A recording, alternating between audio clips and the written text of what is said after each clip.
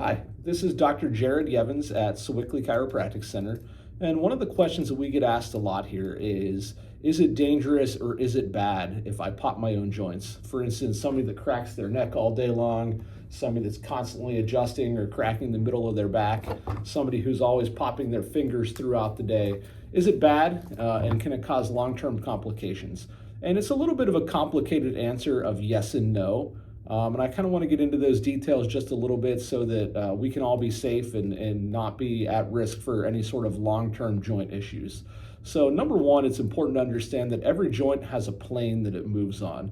Okay, that plane is just simply the angle that it moves. So our neck is designed to move in certain directions. Our finger joints are designed to move in different directions as well too.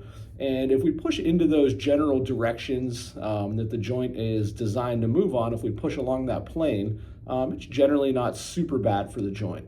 Where we get into trouble is where we start forcing joints. We start pushing on them the wrong way. We start wrenching our neck really hard just to get a crack or a pop, just to get that instant satisfaction. When we do that, we can cause damage to the joint itself, especially the soft tissue around it. And once that soft tissue gets damaged, now we can start causing damage to the bone and the deeper structures like the nerves that are protected by that bone. So when we look at something like a spine, for instance, a spine's a very complicated structure of joints. We're going to look specifically at the neck. We have something here called the facet joint.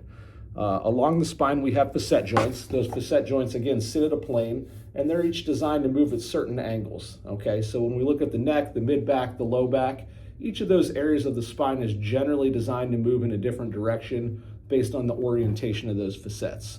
What makes these joints sort of at risk for injury, such as whiplash or when we wrench too hard or in the wrong direction, is each of these joints, each of these spinal areas along the spinal column. It's not only surrounded by one little piece of tissue, it's surrounded by 6 ligaments in that area.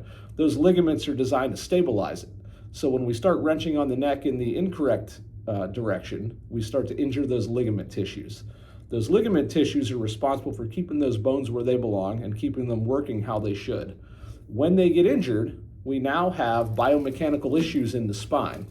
And when we get those biomechanical issues, when things start moving in the wrong direction repetitively over and over again over time, that's when we start to develop degenerative arthritis. That's when we put the spinal cord itself, that's when we put the nerves at risk as well too. So moving those through the improper direction over time can cause damage to the ligaments and other soft tissues in the area and ultimately cause long-term degenerative arthritis. The same is true for any other joint in the body, whether we're talking about the shoulder, fingers, knees, and so on. I think about it like a leather jacket. If you can imagine sort of a joint with a leather jacket all the way around it. Leather is usually pretty durable.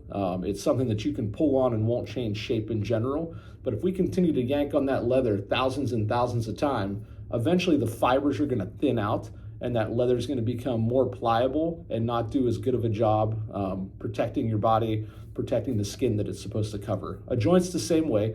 It's just like a little leather ball, and as we continue to spin it and twist it and move it thousands of times, dozens of times throughout a day while we're at work or while we're at school, just going like this and this, with time, it'll become damaged. And with time, if you've done it enough, will cause damage to the bones in the area and ultimately the delicate nervous tissue structures that are in the area as well too.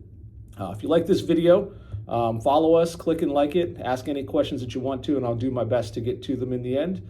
And that is the end of how we describe whether or not it's bad to crack a joint over and over again. Thank you.